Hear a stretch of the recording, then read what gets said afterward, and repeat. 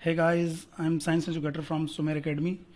दोस्तों, हम लोग एनसीईआरटी की सीरीज कर रहे हैं, टेस्ट सीरीज प्रैक्टिस सेट कर रहे हैं एनसीईआरटी बेस्ड और क्लास 10 की, और जिसमें कि बायो सेक्शन कर रहे हैं अभी हम लोग, बायोलॉजी सेक्शन, उसके बाद फिर केमिस्ट्री या फिजिक्स जैसा आप बोलेंगे या जैसा देख लिया जाएगा कर लिया जाएगा। तो साथियों आइए साइंस की, मुझे लगा मैंने 2 सीरीज अभी तक 2 सेट डाल दिया है, अपलोड कर दिया वीडियो, ये तीसरा होगा। तो आइए स्टार्ट करते हैं, हम लोग देखते हैं ये इसमें क्या क्या क्वेश्चन है।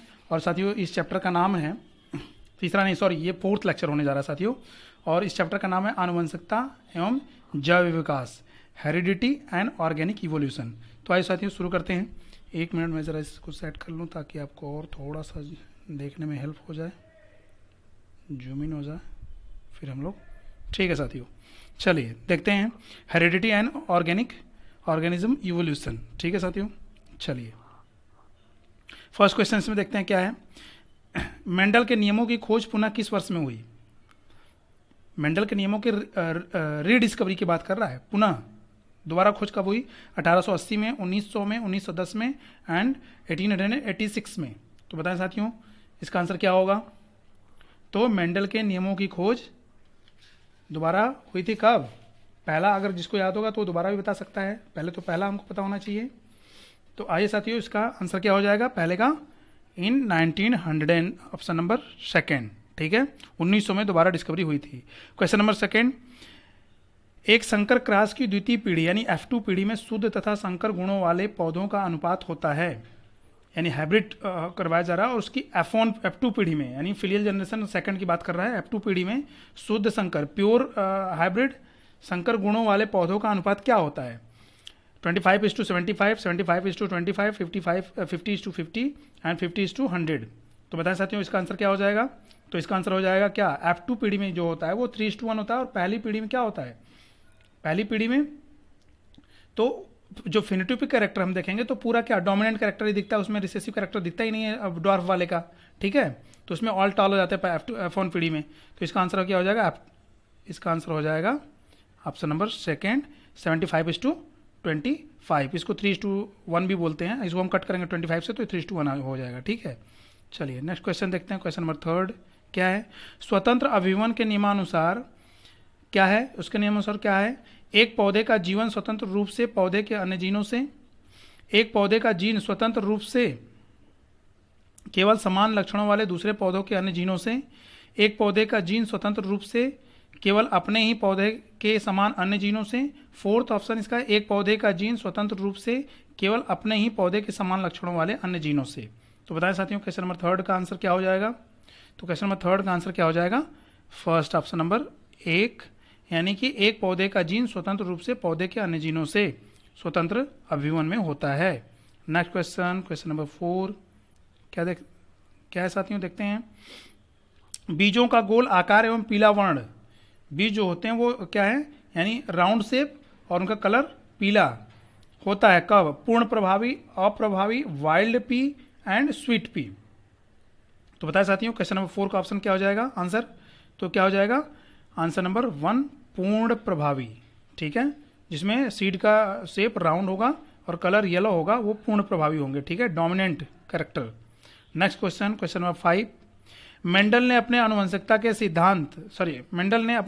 के प्रयोग किस पौधे पर किए थे? ये क्वेश्चन वेरी जेन्युइन है और जनरली पूछा भी जाता है जनरल साइंस में, RRBs में और भी SSC में और भी एग्जाम्स में ये पूछा जाता है क्वेश्चन।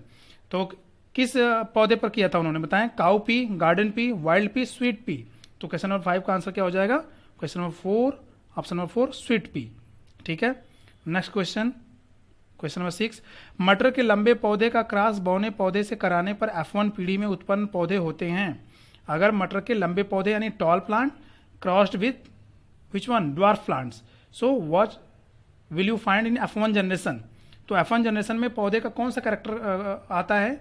तो जो भी थोड़ा अगर मेंडलिज्म थोड़ा पढ़े होंगे तो उनको पूरा एकदम बिल्कुल क्लियर पता होगा कि क्या होता है। बिल्कुल F1 पीढ़ी में इसका आंसर क्या हो जाएगा? ऑप्शन नंबर 3, केवल लंबे पौधे आते हैं। फिनोटाइपिक कैरेक्टर अगर हम लेते हैं तो केवल लंबे पौधे का टाल कैरेक्टर दिखता है। ठीक है, नेक्स्ट क्वेश्चन, क्वेश्चन नंबर 7, पुष्प में लाल रंग लक्षण प्रभावी है, इसका विपरीत या तुलनात्मक लक्षण क्या होगा? बौना पौधा, गोल बीज, सफेद पुष्प, हरे बीज। पुष्प के लाल रंग का लक्षण प्रभावित तो उसका विपरीत क्या हो जाएगा, तो ऑप्शन नंबर 7 का क्या हो जाएगा आंसर, सफेद पुष्प, ऑप्शन नंबर 3, ठीक है, सफेद पुष्प।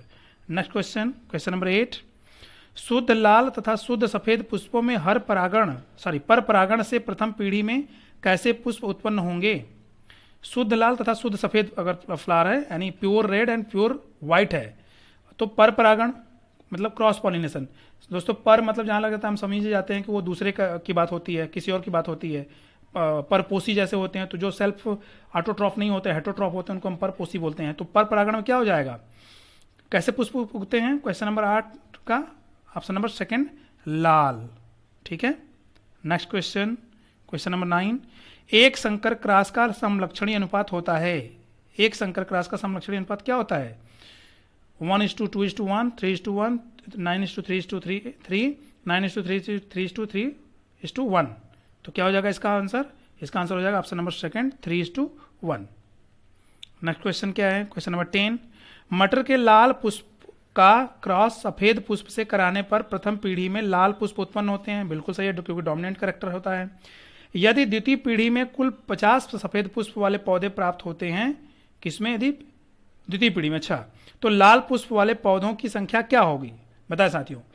द्वितीय पीढ़ी में अगर 50 पुष्प अगर मिल रहे हैं तो सफेद पुष्प की संख्या कितनी होगी। क्वेश्चन नंबर 10 का आंसर बताएं तो कितनी हो जाएगी, 200, 150 और 175 और 250, तो क्या हो जाएगा 150, ठीक है, option number 2 150। Next question, question number 11, युग्मक बनते समय जीन के जोड़े में से केवल एक जीन युग्मक में प्रवेश करता है। जब गैमीट बनते हैं तो जीन के जोड़े में केवल एक जीन, ठीक है, यानी एक जीन गैमीट में प्रवेश करता है, गैमीट में केवल एक जीन प्रवेश करता है। यह सिद्धांत है क्या, एक लक्षण के सिद्धांत, पृथक्करण के सिद्धांत, प्रभाविता के सिद्धांत, स्वतंत्र अभिवन का सिद्धांत, बताएं साथियों। क्वेश्चन नंबर 11 का आंसर क्या हो जाएगा, तो ये क्या है, ये पृथक्करण का सिद्धांत है, option number 2 law of segregation, ठीक है। नेक्स्ट क्वेश्चन साथियों, क्लास 10, 12 मीन्स और 11, 12 के बच्चों के लिए भी और वनडे एग्जाम्स के लिए, जितने भी जहाँ साइंस क्वेश्चन पूछे जाते हैं साथियों, बहुत इंपॉर्टेंट क्रूशियल रोल प्ले करने वाले हैं आपको लिए। तो नेक्स्ट क्वेश्चन क्या है, मटर के लंबे पौधों का क्रॉस बौने पौधे से कराने पर प्रथम पीढ़ी में लंबे पौधे प्राप्त होते हैं, और द्वितीय पीढ़ी में प्राप्त पौधे होंगे, द्वितीय पीढ़ी में कैसे पौधे प्राप्त होंगे बताएं।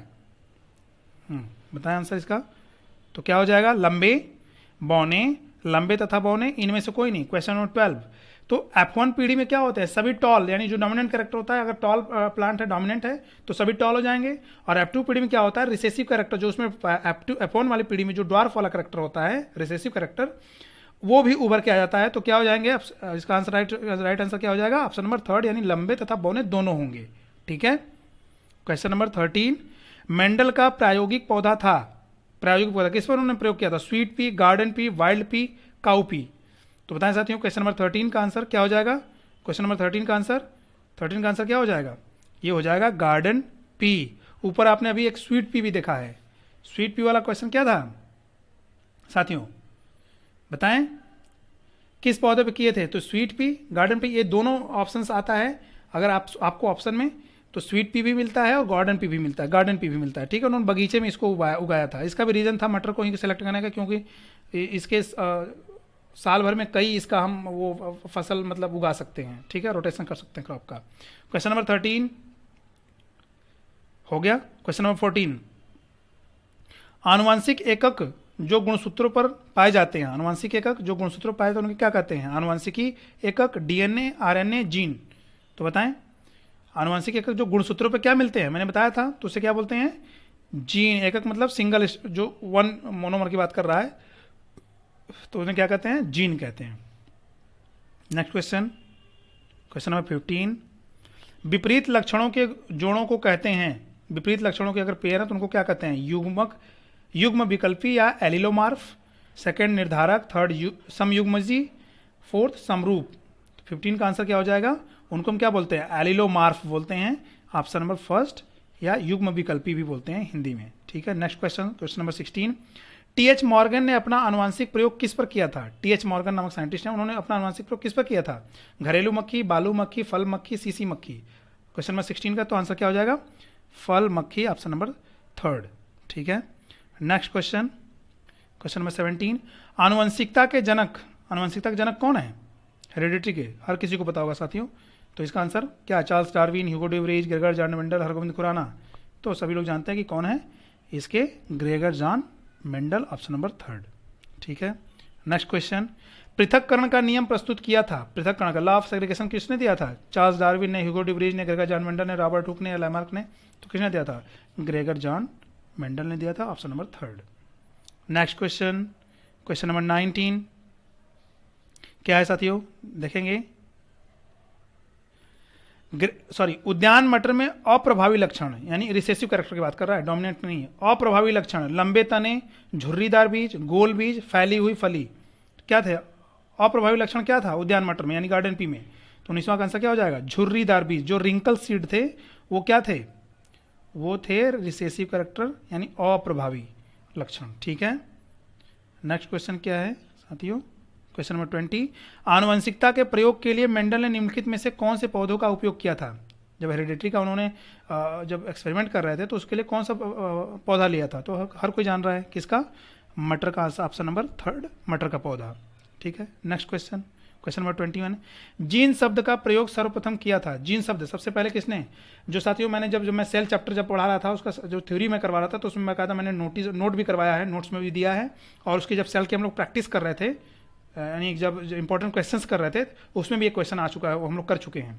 जो भी साथी अगर सीरीज देख रहे होंगे तो उनको पता होगा, वो बिल्कुल बता देंगे। क्या बताएं? मेंडल ने, जॉनसन ने, बीज मान ने, एवरी ने। तो जीन सबसे पहले किसने दिया था? ऑप्शन नंबर 2 जॉनसन ने किया था। ठीक है, क्वेश्चन नंबर 22, निम्नलिखित में से आनुवंशिक पदार्थ है क्या? RNA, DNA, ribosome, mitochondria. Question number 22 का आंसर क्या हो जाएगा? तो आनुवंशिक पदार्थ क्या होता है? DNA, option number 2। Next question, question number 23, prokaryotic कोशिकाओं में डीएनए पाया जाता है। जो प्रोकैरियोटिक सेल्स होती है उनमें डीएनए पाया जाता है, कैसा? कोशाद्रव में, केंद्रक में, प्लाज्मा में, लाइसोसोम्स में। बताएं 23 का। तो डीएनए एज इट इज पड़ा रहता है किसमें? साइटोप्लाज्म में। कोई न्यूक्लियर मेम्ब्रेन न्यूक्लियस के चारों तरफ नहीं होती, इसीलिए तो उसको हम प्रोकैरियोट बोलते हैं। तो ठीक है, एज इट इज पड़ी होती है। नेक्स्ट क्वेश्चन क्या हो जाएगा? क्वेश्चन नंबर 24, आनुवंशिकी का गुणसूत्र सिद्धांत प्रस्तुत किया। हेरिडिटरी का जो क्रोमोसोम थ्योरी था उसको किसने दिया था? मेंडल ने, मॉर्गन ने, वॉल्टर एस सटन ने, डिवरीज ने। क्वेश्चन नंबर 24 का आंसर बताएं। तो वॉल्टर एस सटन ने दिया था chromosomal theory. Next question, question number 25, मनुष्य के शुक्राणु में ऑटोसोम्स की संख्या कितनी होती है? ऑटोसोम्स, सेक्स क्रोमोसोम्स और ऑटोसोम्स। ऑटोसोम्स क्या होते हैं? ह्यूमन बॉडी में 23 पेयर में, और नंबर में लेंगे तो कितने क्रोमोसोम्स? 46। और 22 क्या होते हैं? ऑटोसोम्स होते हैं। और 1 जो 23rd वाला जो होता है वही सेक्स सेल्स होता है, डिटरमाइनिंग सेल्स होता है। उसी से ये डिसाइड होता है कि बेबी जो होगा वो क्या होगा, बॉय होगा या गर्ल होगा। ठीक है, सेक्स डिटरमाइनिंग उसको क्रोमोसोम्स भी बोलते हैं। ठीक है, क्वेश्चन नंबर किसका? 24 का ये हो गया क्या? हाँ सॉरी 25। क्या आंसर हो जाएगा? 22, ऑप्शन नंबर 1। ऑटोसोम्स की संख्या कितनी होती है मैंने बता दिया, 22। नेक्स्ट क्वेश्चन 26 का क्या है? रंजकहीनता, सिकिल सेल एनीमिया, किस आनुवांशिक लक्षण के जीन एक्स गुणसूत्र पे होते हैं?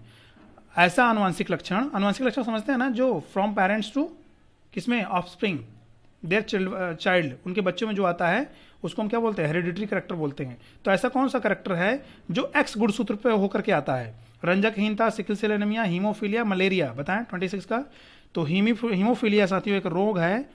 हीमोफीलिया जानते हैं? अगर कोई साथी जान रहा हो कि हीमोफीलिया रोग क्या होता है, इसमें क्या होता है, तो आप कमेंट बॉक्स में मुझे बताएं कि हीमोफीलिया क्या होता है। यह एक्स गुणसूत्र पर का ये कैरियर है, यानी एक्स गुणसूत्र इसका कैरियर है, या सॉरी साथियों, वाहक होता है। यह लेके आता है from one generation to and from parents to children. ठीक है, नेक्स्ट क्वेश्चन क्या है? क्वेश्चन नंबर 27, गुणसूत्र किस पदार्थ के बने होते हैं? एक मिनट साथियों, जरा सा पानी पी लो। बताएं गुणसूत्र किस पदार्थ के बने होते हैं? प्रोटीन के, आरएनए के, डीएनए और प्रोटीन के। सेल चैप्टर में बखूबी चिल्ला के मैंने पढ़ाया, बताया है। क्वेश्चन नंबर 27 का बताएं तो किसके बने होते हैं? ऑप्शन नंबर 4 डीएनए और आरएनए और प्रोटीन के बने होते हैं। क्या? गुणसूत्र। हिस्टोन प्रोटीन होता है उसमें। ठीक है, मैंने बोला था कि क्वेश्चन पूछा जाता है। क्वेश्चन नंबर 28, केंद्रक बना होता है। केंद्रक किसका बना होता है? प्रोटीन से, डीएनए से, आरएनए से, न्यूक्लियो प्रोटीन से। बताएं 28। ये भी साथियों जो मेरा सेल चैप्टर देखा होगा ना, वहां से बहुत से क्वेश्चंस आपके कवर हो रहे हैं, इसलिए कम से कम 8 से 10 लेक्चर मैंने उसका लिया है। सेल चैप्टर में मैंने बहुत क्वेश्चंस कवर किए हैं साथियों, वहां से कोई क्वेश्चन अगर सेल चैप्टर से कहीं से भी क्वेश्चन पूछा जाएगा वो आपके बाहर उससे जा ही नहीं सकता। अगर जो भी साथी इस लेक्चर को देख रहे हैं, आप जरूर आप हमारे चैनल पर जाकर के सेल चैप्टर देखिए आप, ठीक है। तो बताएं, केंद्रक बना होता है, ये मैंने बखूबी उसमें बताया है लेक्चर में। तो क्या किसका बना होता है? न्यूक्लियर प्रोटीन का। और न्यूक्लियर प्रोटीन क्या होता है ये मैंने उस लेक्चर में खूब समझाया अच्छे से। डीएनए अणु में क्या होता है? Adenine, guanine, guanine, thymine, adenine, thymine और साइटोसिन प्लस गुआनिन की एडनिन प्लस गुआनिन या गुआनिन प्लस थाइमिन। बताएं तो क्या होता है? और आरएनए में क्या होता है जिससे डीएनए से डिफर हो जाता है? क्या? यूरेसिल। तो आंसर क्या हो जाएगा 29 का? इसमें होता है एडनिन पेयर करता है गुआनिन के साथ और गुआनिन पेयर कर सकता है किसके साथ? थाइमिन के साथ, ठीक है। Option number 4। चलिए नेक्स्ट क्वेश्चन। 1 मिनट साथियों, चलिए साथियों कंटिन्यू करते हैं। Next question, question number 30। रक्त में ऑक्सीजन की कमी से लाल रक्त कणिकाओं में उत्पन्न रोग है। रक्त में ऑक्सीजन की कमी अगर हो जाती है तो उससे रेड ब्लड सेल से कौन सा रोग उत्पन्न होता है? दात्र कोशिका अल्परक्तता, हीमोफीलिया, वर्णांधता, इनमें से कोई नहीं। क्वेश्चन नंबर 30 का आंसर बताएं तो क्या हो जाएगा? दात्र कोशिका अल्परक्तता हो जाती है, ऑप्शन नंबर 1। नेक्स्ट क्वेश्चन, जीवन के उद्भव के संबंध में सर्वाधिक महत्वपूर्ण प्रयोग किया था। जीवन के उद्भव के संबंध में, ओरिजिन ऑफ लाइफ के संबंध में सर्वाधिक महत्वपूर्ण प्रयोग किसने किया था? खुराना ने, मेंडल ने, मिलर ने, डिवरीज ने। क्वेश्चन नंबर 31 का आंसर बताएं तो किसने किया था? 31 का आंसर मिलर नामक साइंटिस्ट ने किया था, ऑप्शन नंबर 3। नेक्स्ट क्वेश्चन क्या है? वायुमंडल में निम्नलिखित में से अब कौन सी गैस नहीं है? यानी अब करेंटली बिल्कुल लेटेस्ट की बात चल रही है, कौन सी गैस नहीं है वायुमंडल में? Oxygen, nitrogen, carbon dioxide, methane. तो बाकी हम सब जान रहे हैं कि ऑक्सीजन भी है, नाइट्रोजन भी है, कार्बन डाइऑक्साइड भी है, मीथेन अब नहीं है। ऐसा ये एनसीईआरटी की बुक का है साथियों, देख लीजिएगा, कंफ्यूज मत होइएगा, ठीक है। चलिए नेक्स्ट क्वेश्चन, क्वेश्चन नंबर 30। आदिकालीन पृथ्वी का तापमान था, यानी जो प्रीमिटिव, जब अर्थ की बात की जा रही, प्राइमरी स्टेज की जब शुरुआत में पृथ्वी अलग हुई थी सन से, तो उसमें अर्थ का टेम्परेचर कितना था? 5000 to 6000 degree Celsius, second 6000 to 7000 degree Celsius, 5500 to 6000 degree Celsius and 4000 to 5000 degree Celsius. तो बताएं इसका आंसर क्या हो जाएगा? तो साथियों इसका आंसर हो जाएगा कितना? 5000 टू 6000 डिग्री सेल्सियस। ये क्वेश्चन पूछा जाता है सिविल में, पीसीएस में और भी बाकी वनडे एग्जाम्स में। Next question, doctor Hargobind Khorana को नोबेल पुरस्कार मिला था 1970 में, 1972 में, 1980 में एंड इन 1965 में। बताएं कब मिला था हरगोविंद खुराना को? तो ये मिला था 1970 में, उनको नोबेल प्राइज मिला था। Question number 35। केंद्रक बना होता है किसका? प्रोटीन का, डीएनए का, न्यूक्लियोप्रोटीन्स का, अम्लों का, वसाम्लों का। क्वेश्चन रिपीट हो गया शायद ना? बिल्कुल, न्यूक्लियोप्रोटीन्स का भी हम लोग ऊपर किए हैं, ऑप्शन नंबर 3। जैव विकास की मौलिक परिकल्पना के अनुसार, जैव विकास की मौलिक परिकल्पना के अनुसार जीवों का विकास वास्तव में वस्तुओं से हुआ है। सभी जीव सृष्टि के प्रारंभ में बने और अभी तक उसी रूप में चले आ रहे हैं। सभी जीवों का विकास क्रमिक रूप में हुआ जिससे सरल संरचना वाले जीवों से अधिक जटिल संरचना वाले जीव बने। क्वेश्चन ऑप्शन नंबर 4, उपरोक्त सभी। तो बताएं 36 का आंसर क्या हो जाएगा? तो इसका आंसर हो जाएगा ऑप्शन नंबर 3, जीवों का विकास क्रमिक रूप से हुआ जिसमें सरल संरचना वाले जीवों से अधिक जटिल संरचना वाले जीव बने। ये ओरिजिन ऑफ लाइफ जब पढ़ेंगे तब उसमें आपको ये मिलेगा। अगर आप कहेंगे तो मैं इस पर भी एक लेक्चर आपको दे दूंगा। नेक्स्ट क्वेश्चन क्या है? जातियों की उत्पत्ति नामक पुस्तक के लेखक, ओरिजिन ऑफ स्पीसीज, इसके लेखक कौन है? बताएं, पूछा जाता है क्वेश्चन है साथियों, important question, most important question है, जरूर पूछा जाता है। मैंने कई बार एग्जाम में देखा है। Aristotle, Lamarck, Darwin, de Vries. Question number 37। तो डार्विन ने इसके राइटर हैं, ऑप्शन नंबर 3। नेक्स्ट क्वेश्चन, जैव विकास में प्राकृतिक वर्ण के सिद्धांत को बताने वाले वैज्ञानिक, प्राकृतिक वर्ण, natural selection, Morgan, Lamarck, Darwin, Hugo de Vries. Question number 38 का, तो किसने? डार्विन ने बताया नेचुरल सिलेक्शन, ठीक है। Next question 39। लैमार्कवाद का मुख्य आधार, लैमार्कवाद ने किसको बेस माना था? उपार्जित लक्षणों की वंशागति, योग्यतम की उत्तरजीविता, प्राकृतिक वर्ण, जीवन संघर्ष। तो किसको माना था? तो इन्होंने माना था किसको? ऑप्शन नंबर फर्स्ट उपार्जित लक्षणों की वंशागति को। क्वेश्चन नंबर 40, जीन में अचानक परिवर्तन को कहते हैं, जीन में अगर अचानक परिवर्तन हो जाए तो उसे क्या कहते हैं? उत्परिवर्तन, विकास, संश्लेषण, नामांकन। सेल में मैंने इसको भी मेंशन किया है, तो किसको इसको क्या कहते हैं? उत्परिवर्तन कहते हैं, इंग्लिश में म्यूटेशन कहते हैं। ठीक है, और जब जीन में म्यूटेशन हो जाता है तो जो बेबी होगा, जो बच्चा जन्म लेगा, उसकी मॉर्फोलॉजी में भी चेंज हो जाता है। ठीक है, उसकी बनावट में, बाहरी संरचना में भी चेंज हो जाता है। ठीक है, नेक्स्ट क्वेश्चन क्या है? क्वेश्चन नंबर 41, प्रथम जीव उत्पन्न हुए, फर्स्ट लाइफ कहाँ ओरिजिन हुई? ये क्वेश्चन साथियों पूछा जाता है, बहुत बार पूछा जाता है, रिपीटिंग क्वेश्चन है कि ओरिजिन ऑफ लाइफ कहाँ से शुरू हुई? वायु में, जल में, थल पर और मिट्टी के अंदर। बताएं क्वेश्चन नंबर 41 का, तो कहाँ से शुरू हुई? 41 का आंसर क्या हो जाएगा? तो ये शुरू हुआ था साथियों जल में, समुद्र में सबसे पहले। और कैसे? एन एरोबिक ऑर्गेनिज्म जन्म लिए। सबसे पहले ऑक्सीजन तो था नहीं ना, ऐसा नहीं था कि सबसे पहले ऑक्सीजन, जितने भी जीव ऑर्गेनिज्म डेवलप हुए वो सीधे ऑक्सीजन ही लेना शुरू कर दिए, नहीं। उन्होंने वही जो ये एल्गी और यही सब जो माइक्रो प्लांट्स थे, जो माइक्रोब्स थे, यही सब तो उसमें ओशन में ग्रो करके इन्होंने सिंथेसिस किया, फोटोसिंथेसिस, फिर ऑक्सीजन रिलीज किया, तभी फिर शुरू हुआ सारी चीज़ें। ये ओरिजिन ऑफ लाइफ में पढ़ेंगे तो बहुत इंटरेस्टिंग चैप्टर है ये। स्टैनले मिलर ने अपने प्रयोग के लिए कौन सा मिश्रण लिया था? स्टैनले मिलर नामक साइंटिस्ट ने अपने मिश्रण के लिए कौन सा प्रयोग के लिए कौन सा मिश्रण लिया था? Methane, ammonia, hydrogen, hydrogen, carbon dioxide, oxygen, शर्करा, प्यूरिन तथा एमिनो, अमोनिया, हाइड्रोजन और नाइट्रोजन। बताएं क्वेश्चन नंबर 42 का आंसर क्या हो जाएगा? तो उन्होंने लिया था ऑप्शन नंबर थर्ड, शर्करा, प्यूरिन और एमिनो अम्ल। नेक्स्ट क्वेश्चन, क्वेश्चन नंबर 43, जीवों में वही गुण वंशानुगत होते हैं जो प्रभाव डालते हैं। जीवों में वही गुण प्रभाव डालते हैं, ठीक है, वंशानुगत होते हैं जो प्रभाव डालते हैं कहाँ? हृदय पर, जनन कोशिकाओं पर, दैहिक कोशिकाओं पर, अंडाणु पर। बताएं 43 का आंसर क्या हो जाएगा?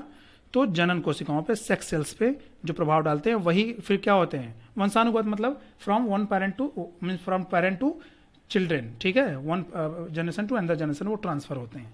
नेक्स्ट क्वेश्चन क्या है? जीवन की उत्पत्ति हुई, जीवन की उत्पत्ति कहाँ हुई? फिर से क्वेश्चन रिपीट हो गया, बस थोड़ा सा स्ट्रक्चर चेंज कर दिया है। तो हम सभी जान रहे हैं कहाँ से हुई? सागर से, यानी पानी से, मतलब सागर से। क्वेश्चन नंबर 44 का आंसर फर्स्ट हो जाएगा। नेक्स्ट, रासायनिक विकास के किस चरण में न्यूक्लियोप्रोटीन का निर्माण हुआ? रासायनिक विकास के किस चरण में न्यूक्लियोप्रोटीन का विकास हुआ? बताएं, प्रथम में, द्वितीय में, तृतीय में, चतुर्थ में? तो साथियों ये हुआ था चतुर्थ में, यानी सबसे लास्ट में। ये बहुत डेवलप्ड मॉडिफाइड वे है ना न्यूक्लियोप्रोटीन का वो डिस्कवरी। क्वेश्चन नंबर 45 हो गया। क्वेश्चन नंबर 46, जीवों में विभिन्नताएं उत्पन्न होती हैं, जीवों में जो ऑर्गेनिज्म है उनकी डिफरेंसेस क्यों या कब होती हैं या किसकी वजह से होती हैं? कायिक जनन द्वारा, जिसको वर्धी जनन भी बोलते हैं, अलैंगिक जनन द्वारा, लैंगिक जनन द्वारा, स्पोर या बीजाणु निर्माण द्वारा। बताएं क्वेश्चन नंबर 46 का, तो लैंगिक जनन के द्वारा ही विभिन्नताएं उत्पन्न होती हैं। कायिक जनन में और बाकी जनन, अलैंगिक जनन तो बिल्कुल सेम होती है। ठीक है, नेक्स्ट क्वेश्चन साथियों देख लेते हैं 47, और ये अब हम लोग बिल्कुल आज के करीब पहुंच रहे हैं, आज के क्वेश्चन के ओवर सीरीज के। लैमार्क का मूल सिद्धांत है, लैमार्क ने किसको बेस माना था? क्या मूल सिद्धांत है उनका? प्राकृतिक वर्ण, विभिन्नताएं, उपार्जित लक्षणों की वंशागति, योग्यतम की उत्तरजीविता। 47, तो किसकी? उपार्जित लक्षणों की वंशागति, ऑप्शन नंबर थर्ड। ठीक है, नेक्स्ट क्वेश्चन, लैमार्कवाद का मुख्य आधार है, लैमार्कवाद का मुख्य आधार क्या है? जीवन संघर्ष, प्राकृतिक वर्ण, योग्यतम की उत्तरजीविता, उपार्जित लक्षणों की वंशागति। बताएं तो 48 का आंसर क्या हो जाएगा साथियों? उपार्जित लक्षणों की वंशागति। बिल्कुल थोड़ा सा स्ट्रक्चर चेंज है, देखिए ऊपर पे लैमार्क है, नीचे लैमार्कवाद है, बस थोड़ा सा स्ट्रक्चर चेंज है क्वेश्चन का, लेकिन दोनों का आंसर सेम हो जाएगा। क्या हो जाएगा? 49, यह समजात अंगों के उदाहरण नहीं है। समजात अंग क्या होते हैं? जो किसी और जीव से या किसी और ऑर्गेनिज्म से वैसे अंग मिलते हों उनको हम समजात अंग बोलते हैं। ठीक है, सिमिलैरिटीज जिसमें मिलती है, जैसे हमारा हाथ तथा मेंढक का अग्रपाद, हमारे दांत तथा हाथी के दांत, हमारे हाथ हाथी के दांत से तो साथियों कभी नहीं हो पाएंगे पक्षी के पंख तथा चमगादड़ के पंख, घास एवं आलू के ऊपरी भूअस्तारी। बताएं तो कौन समझाता अंग है, यानी सिमिलर अंग सिमिलैरिटी शो करते हैं। तो इसका आंसर हो जाएगा क्या? आंसर ऑप्शन नंबर थर्ड, यानी पक्षी के पंख और चमगादड़ के पंख क्या है? सिमिलर अंग को शो करते हैं। क्वेश्चन नंबर नेक्स्ट 50 और लास्ट क्वेश्चन आज की सीरीज का, विकासीय दृष्टिकोण से हमारी किससे अधिक समानता है? अगर हम डेवलपमेंट का टेंडेंसी व्यू ऑफ डेवलपमेंट देखें, अगर विकासीय दृष्टिकोण से, तो हमारी किससे अधिक समानता मिलती है? चिंपैंजी से, जीवाणु से, छिपकली से, जापानी मछुआरा से। तो साथियों एनसीईआरटी की बुक में इसका आंसर जापानी मछुआरा दिया है, लेकिन मुझे लग रहा है कि ये आंसर होना नहीं चाहिए। एक बार आपसे आप भी सर्च करिएगा और मैं भी देखता हूँ, जैसा मिलेगा मैं भी सर्च मारता हूँ, अगर जैसा मिलेगा तो मैं इसको डिस्क्रिप्शन बॉक्स में आपके इसको मेंशन कर दूंगा, ठीक है। ऐसे नियरेस्ट तो चिंपैंजी होना चाहिए, लेकिन जापानी मछुआरा मतलब कोई नहीं, चलिए आप भी सर्च करिएगा। तो दोस्तों अगर आपको कंटेंट पसंद आया हो, और ये साथियों एनसीईआरटी बेस्ड मैं सारा क्वेश्चन करवा रहा हूँ, बिल्कुल क्रूशियल हो, यहाँ से क्वेश्चंस पूछे जाते हैं और इसको जरूर और जरूर आप रिवाइज करें। कंटेंट पसंद आया साथियों तो आप चैनल को जरूर सब्सक्राइब करें और साथियों तक इसको शेयर भी करें और लाइक भी करें। ओके, तो आज के लिए बस इतना ही। Thank you.